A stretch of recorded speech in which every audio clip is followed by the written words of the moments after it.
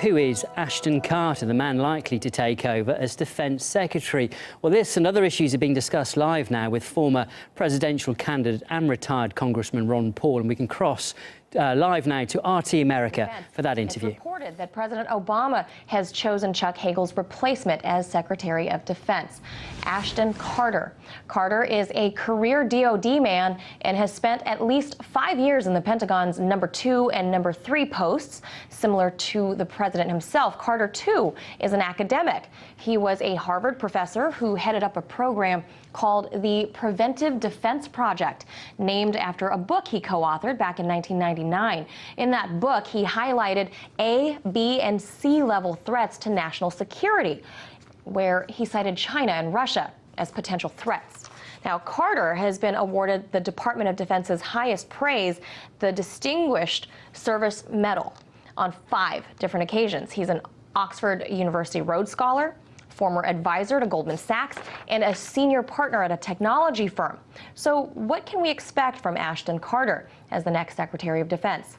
Joining me now to discuss these topics is retired Congressman Dr. Ron Paul, who also served in the military. Dr. Paul, thank you so much for being with us today. Let's dig right in. Now, just yesterday... Oh, sorry. Go ahead, sir. I said, very nice. Good to be with you today. Thank you so much. Now, just yesterday, you said that it seems that nobody wants to be Obama's defense secretary. Now, that post has been somewhat of a revolving door, and in just the past 6 years, we've had 3 different faces fill that role. Now, a 4th incoming, from Bob Gates to Leon Panetta, and now outgoing Chuck Hagel. Given Carter's background, does this candidacy make a lot of sense? And if he's confirmed, what can we expect to see out of Carter? Will it be a different department than Hagel's? Well, it doesn't make any sense whatsoever, and we wouldn't expect very much. But what's even worse is the foreign policy doesn't make any sense. That's why he's having trouble finding somebody. So how do you manage a policy that nobody can clearly define and nobody knows what to expect? And this is why he's looking for number 4 man to run the department. But I think it's really that is the real problem, is that we've taken it upon ourselves to be involved around the world. We don't know where we start, where we end, how long it's going to last. We're told we're in perpetual war, and nobody has a clear-cut policy. It's so different than it was, you know, back when wars were declared. We knew who the enemy was, and there was an end point. But now it's endless. The only thing that we know about these suggestions of the people that they might have, they're establishment people. They know about government intervention. They endorse the idea that we should be involved overseas, and they don't agree with me on the policy that non-intervention, minding our own business, would be best for America, and that's so clearly understood. There's nobody that would question the lack of understanding of that type of policy. So I would expect they're not going to find anybody who can carry out a policy that nobody understands. Now, Carter's got a myriad of accomplishments and a lot of experience under his belt. He's obviously a very educated and an intellectual man. Carter has even served as the COO of the Department of Defense. But there's one thing that he's lacking. He's never, ever served in the armed forces. All of his predecessors have served, and you yourself have served. How do you think a scholar serving as the defense secretary will affect America's role in fighting ISIS or other similar threats abroad?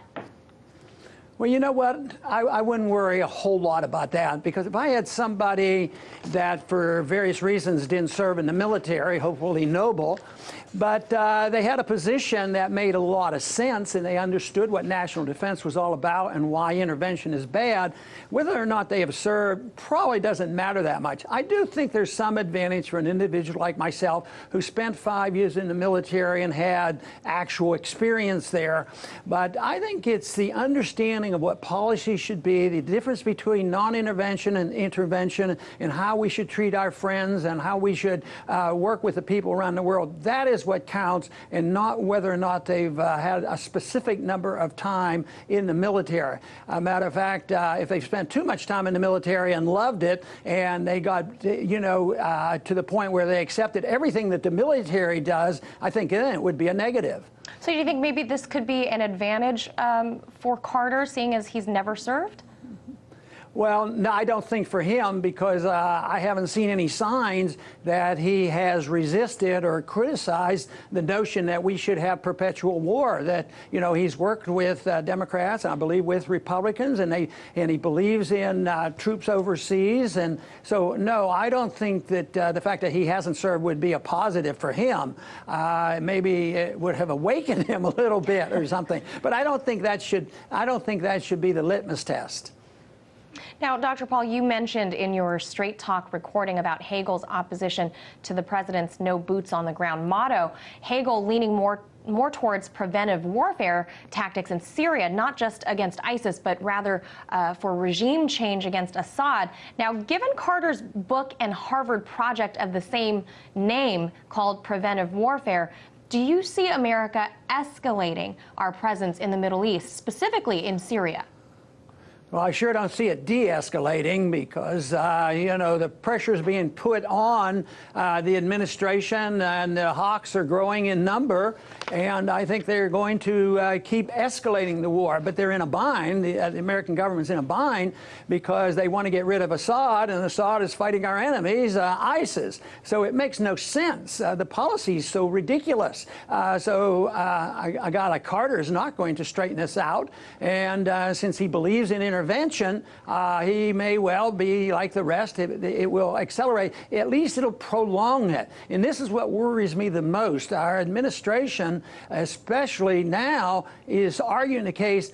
Don't expect this to be short-lived. It's not like we know who the enemy is and we know how we're going to win and it's going to be over in a year or whatever. No, be prepared. We have perpetual war for the sake of perpetual peace. And that's why I'm not very optimistic about what's going on. But I think people should realize that the dilemma that the president is facing is a dilemma of policy, and it's not a dilemma of only Obama's policy. It's a dilemma of the policy of intervention. It's a policy, it's a dilemma of the fact that we're doing some things that we don't have the ability to do. Yeah, it is a little bit curious, seeing as Carter has a vested interest in expanding war to perpetuate it, because he's an advisor to many companies that actually have an interest in supplying weapons. So do you think the likely appointment of Ashton Carter will set up further militarization abroad after Obama's term comes to an end?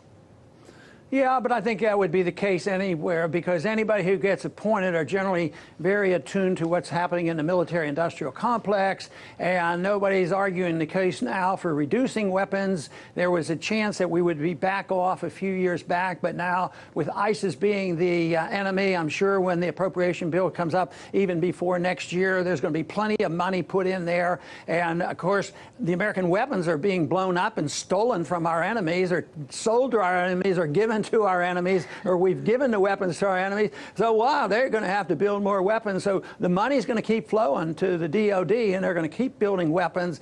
And whether the connection between the secretary is clear or not, there's always a connection behind the scenes between those who administer our policy and those people who make money off war. Now, final question, Dr. Paul. By all accounts, everyone is anticipating a Clinton landslide in 2016, although Hillary herself has not actually announced her candidacy. But if she won the White House, it's likely that she would like to fill that seat with her own person, wouldn't you say? Wouldn't Carter just sort of be then a placeholder, kind of a seat warmer for the interim, if you will? Yeah, I think so, because he's not probably as interventionist as others, and probably Michelle Flournoy would get the attention of Hillary. And she has a very, very clear connection to the military-industrial complex, and there would be no hope whatsoever that any war would be wound down with her. And she would unfortunately have the support of many Republicans in the Congress and in the Senate, and that to me is rather sad. All right, Dr. Ron Paul, thank you so much for sharing your insights with us today. Former Congressman and three-time presidential hopeful, Dr. Ron Paul. Thank you.